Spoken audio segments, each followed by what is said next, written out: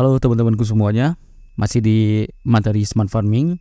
Kali ini kita akan melanjutkan materi di bab 10 terkait dengan masa depan Smart Farming dan inovasi terbaru.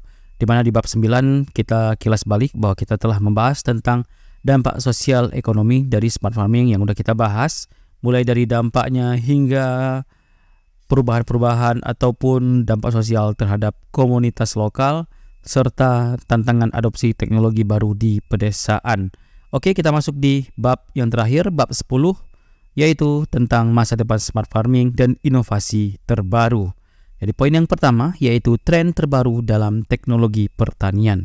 Ya, masa depan Smart Farming dipenuhi dengan inovasi yang semakin mengubah cara pertanian dijalankan. Seiring dengan berkembangnya teknologi dan seiring dengan berkembangnya zaman, beberapa tren terbaru dan teknologi pertanian mulai muncul dan membawa solusi yang baru dan tantangan yang dihadapi oleh industri pertanian. Ya, apa saja? Yang pertama yaitu pertanian vertikal dan aquaponik. Ya, pertanian vertikal adalah inovasi terbaru dan metode pertanian yang memungkinkan petani tanaman secara vertikal di lingkungan yang terkendali, biasanya di dalam ruangan. Ya, teknologi ini sangat efisien dalam penggunaan lahan, air, dan nutrisi, dan dapat menghasilkan tanaman sepanjang tahun tanpa bergantung pada musim. Lantas, terus ada juga aquaponik yang menggabungkan budidaya tanaman dan ikan dalam satu sistem, juga menjadi semakin populer karena kemampuannya untuk menghasilkan masakan atau makanan secara berkelanjutan dengan penggunaan sumber daya yang minimal. Yang berikutnya itu teknologi blockchain dalam rantai pasokan pertanian. Ya, blockchain merupakan atau memungkinkan transparansi dan keterlacakan di seluruh rantai pasokan pertanian, di mana dengan teknologi ini konsumen dapat melacak asal-usul produk mulai dari ladang hingga ke meja makan, yang memberikan jaminan terhadap keamanan pangan dan keberlanjutan, di mana blockchain juga membantu mengurangi risiko penipuan dalam perdagangan komoditas pertanian dan meningkatkan kepercayaan antara petani dan distributor dan juga konsumen. Yang berikutnya itu pertanian regeneratif. Ya, pertanian regeneratif adalah pendekatan yang berfokus pada memperbaiki ekosistem pertanian, memperbaiki kesuburan tanah, dan meningkatkan keanekaragaman hayati.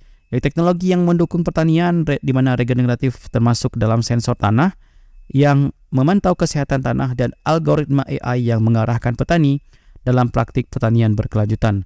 Selanjutnya juga ada pengembangan robot pertanian lanjutan. Ya, robot pertanian terus berkembang dengan fungsi yang semakin canggih.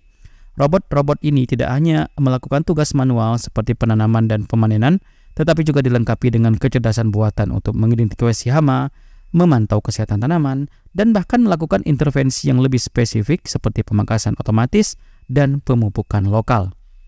Next, poin yang kedua yaitu kolaborasi dan inovasi dalam ekosistem smart farming. Ya, kemajuan dalam smart farming tidak bisa dicapai secara terpisah. Kolaborasi antara pemangku kepentingan termasuk petani, perusahaan teknologi, pemerintah, akademisi, dan organisasi non-pemerintah sangat penting dalam menciptakan ekosistem inovasi yang mendukung.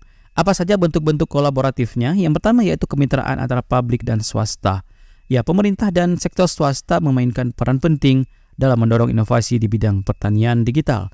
Melalui kemitraan publik dan swasta, inisiatif-inisiatif seperti pendanaan riset dan pengembangan, program pelatihan petani, serta penyediaan infrastruktur digital di daerah pedesaan dapat difasilitasi. Selain itu, investasi bersama dalam teknologi pertanian memungkinkan petani kecil dan menengah untuk mengakses solusi yang bersama yang biasanya hanya tersedia bagi petani skala besar.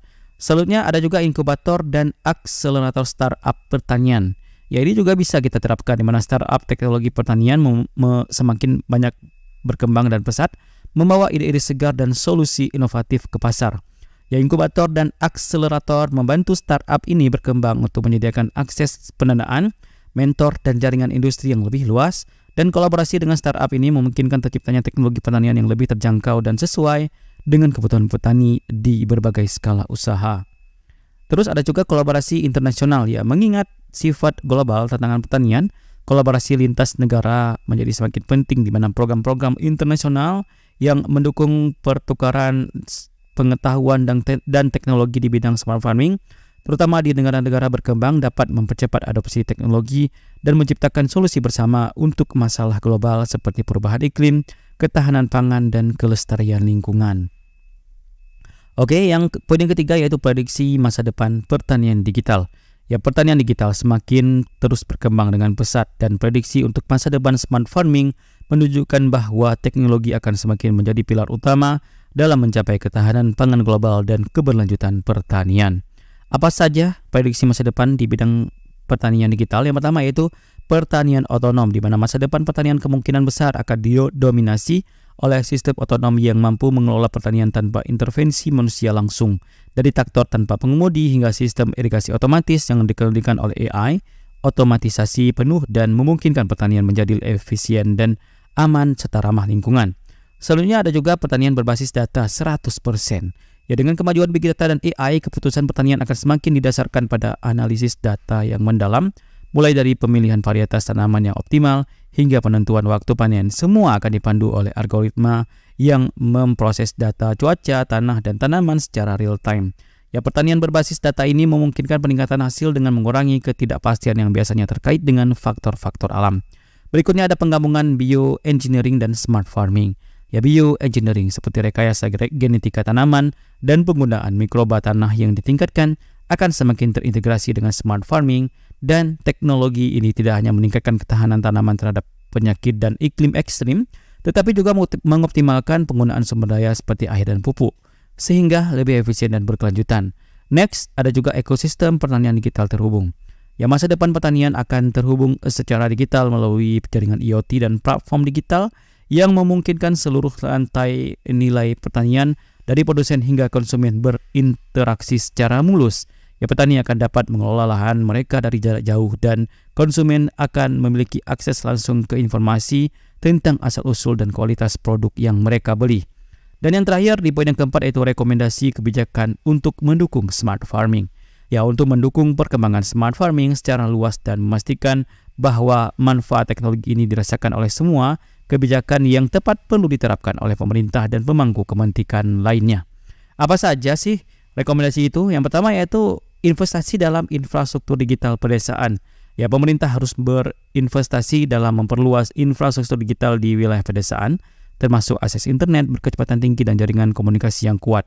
Ya, infrastruktur ini adalah dasar bagi penerapan teknologi smart farming, dan tanpa itu petani di daerah terpencil tidak akan memanfaatkan keuntungan dari pertanian digital. Terus ada juga rekomendasi terkait dengan dukungan untuk petani dan menengah. Ya, kebijakan harus memastikan bahwa teknologi smart farming dapat diakses oleh petani kecil dan menengah yang seringkali tidak memiliki sumber daya untuk berinvestasi dalam teknologi canggih. Ya, di mana program subsidi, pinjaman dengan bunga yang rendah, dan bantuan teknis dapat menjadi dan mengadopsi teknologi yang diperlukan untuk meningkatkan produktivitas dan daya saing mereka. Terus ada juga rekomendasi terkait dengan pendidikan dan pelatihan digital, di mana meningkatkan keterampilan digital di kalangan petani sangat penting untuk keberhasilan adopsi smart farming, di mana pemerintah dan lembaga pendidikan perlu bekerja sama untuk menyediakan sumber daya pelatihan yang komprehensif, mulai dari tingkat dasar hingga lanjutan, sehingga petani dapat dengan mudah mengintegrasikan teknologi ke dalam praktek sehari-hari. Juga ada rekomendasi terkait dengan pengembangan R&D dan inovasi pertanian. Ya, kebijakan yang mendukung riset dan pengembangan atau R&D di bidang pertanian digital harus diprioritaskan, di mana pemerintah bisa mendukung universitas, lembaga penelitian, dan perusahaan swasta dalam pengembangan teknologi baru yang disesuaikan dengan kebutuhan lokal dan tantangan iklim di masing-masing wilayah. Terus ada juga rekomendasi terkait dengan pemberian insentif untuk pertanian berkelanjutan. Ya, pemerintah harus sudah memikirkan terkait dengan pemberian insentif kepada petani yang menerapkan praktek pertanian berkelanjutan melalui teknologi smart farming. Ya, ini bisa berupa insentif pajak, penghargaan, atau akses ke pasar yang lebih luas bagi produk-produk yang dihasilkan dengan metode ramah lingkungan. Oke, itulah materi terkait dengan bab 10, yaitu masa depan smart farming dan inovasi terbaru. Di akhir video kita tarik kesimpulan bahwa masa depan smart farming sangat menjanjikan dengan berbagai inovasi terbaru yang akan terus mengubah cara pertanian dijalankan, dan tren teknologi seperti pertanian vertikal, blockchain, dan robotika pertanian akan menjadi landasan bagi pertanian modern yang lebih efisien dan berkelanjutan. Ya, namun kolaborasi antara berbagai pemangku kepentingan dan kebijakan yang mendukung sangat penting untuk memastikan bahwa teknologi ini dapat diadopsi secara luas dan memberikan manfaat bagi semua pihak. Dengan kebijakan yang tepat, smart farming akan menjadi pendorong utama dalam mencapai ketahanan pangan global dan menjaga kelestarian lingkungan. Ya, itulah materi terkait dengan bab 10. yang berisikan masa depan smart farming dan inovasi terbaru yang udah kita bahas. Dan juga kita telah membahas semua bab dari bab 1 sampai bab 10. Nanti kalian bisa cek aja di playlist yang ada di channel ini atau lihat di video rekomendasi terkait dengan bab-bab sebelum dan sesudahnya. Terima kasih dan sampai jumpa di video-video berikutnya, dan salam dari Informan 007.